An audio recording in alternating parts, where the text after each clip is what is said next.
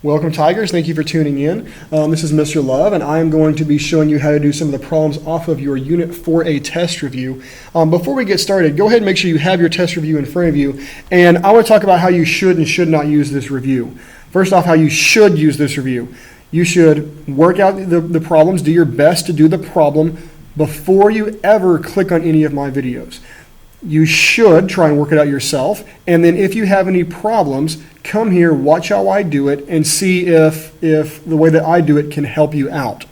You should use this video to try and get a different view from how your individual teacher does it. I know that my students are going to see me do these yet again. If you're in Mr. Britton's class or Mr. Kingsbury's class or Mr. Flowers' class, then I'm going to do things slightly differently than they will, so this can give you a better idea of how things are going to work. Just a different perspective on things. Now, for the things you should not do, you definitely should not watch these videos, copy down every single thing that I've copied down, and turn it in claiming the work as your own. That is plagiarism, and it is technically illegal to do that. Not only that, it doesn't help you learn anything. You never learn by watching, you learn by doing. So please do the problems first, and then watch these videos as assistance for getting through the rest of the review. So let's go ahead and do numbers 1 and 2. Now, I always like to read my question first.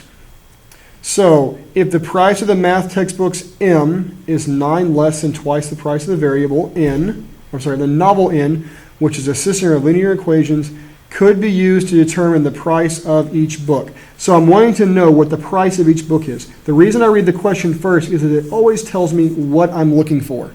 I want to know the price of them, not how many there are, and not how much they weigh, how much they cost. So now let's go back and look at what our variables are. I can see that M is going to be the price of a math textbook, and N is the price of a novel. Okay, now that I know what those are, I can go through and start looking at my sentences for my first equation. At a local bookstore, Alfredo purchased a math textbook and a novel that it cost a total of $60. So, well, how many math textbooks did he buy? He bought one textbook, he bought one novel, so that would mean 1M plus 1N, add those two prices together, and that's going to equal $60. At this point, since I have multiple choice, I'm going to go ahead and look over and see which of those says M plus N equals 60. A says M plus N is 9. Can't be right. Again, M plus N equals 9. Can't be right. M plus N equals 60? Possibly. M plus N equals 60? Again, possibly. I got to look at these two. Now, my second sentence. If the price of a math textbook is 9 less than twice the price of a book. Well, let's see if we can take these words and put it into math lingo. The price of a math book, M, so let's go ahead and put M. Now, the word is, most of the time in a math problem, is always going to mean equals. So it is 9 less than. Now, this phrase 9 less than, most of us understand means it's supposed to be subtract. But the thing we have to keep in mind is that when you do the 9 less than, you always have to put it at the end. So leave yourself some space there. It's less than what? Twice the price of a novel. Well, novel is N, and twice that is 2N. So if I look, M plus N equals 60, 2N minus 9. 2N minus 9 would give me answer choice C. So there's number 1. Now number 2 is going to ask me to solve that system. Now you can use any method you want to. The way that I teach my students is to look at the forms. This top equation is in standard form. The bottom equation is in slope-intercept form. And whenever I have one standard and one slope-intercept, that means I'm going to use substitution. So what I'm going to do is take this 2N minus 9 and substitute it into that M.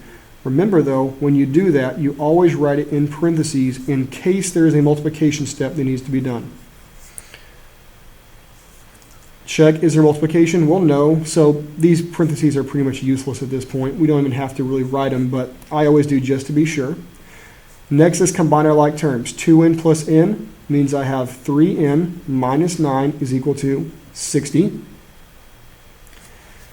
Then we're going to have to add 9 to both sides. And I'm going to jump up here now because I'm running out of room. That's going to give me 3n is equal to, those two cancel, equals 69. Divide both sides by 3, gives me n is equal to 23. Oh, so I already know the price for my novel is $23. And do your teachers a favor, go ahead and put your units on there. It makes it look like you know what you're talking about. Now, for the price of the math textbook, let's go up to the one that says m equals. We need to know what m is, so let's use that one that says m equals. M equals 2, and n is 23. So let's substitute again, replace the n with 23 minus 9. Now let's simplify. 2 times 23 is 46 minus 9. Clean that up. 46 minus 9 is 37. So the price of my math book is $37.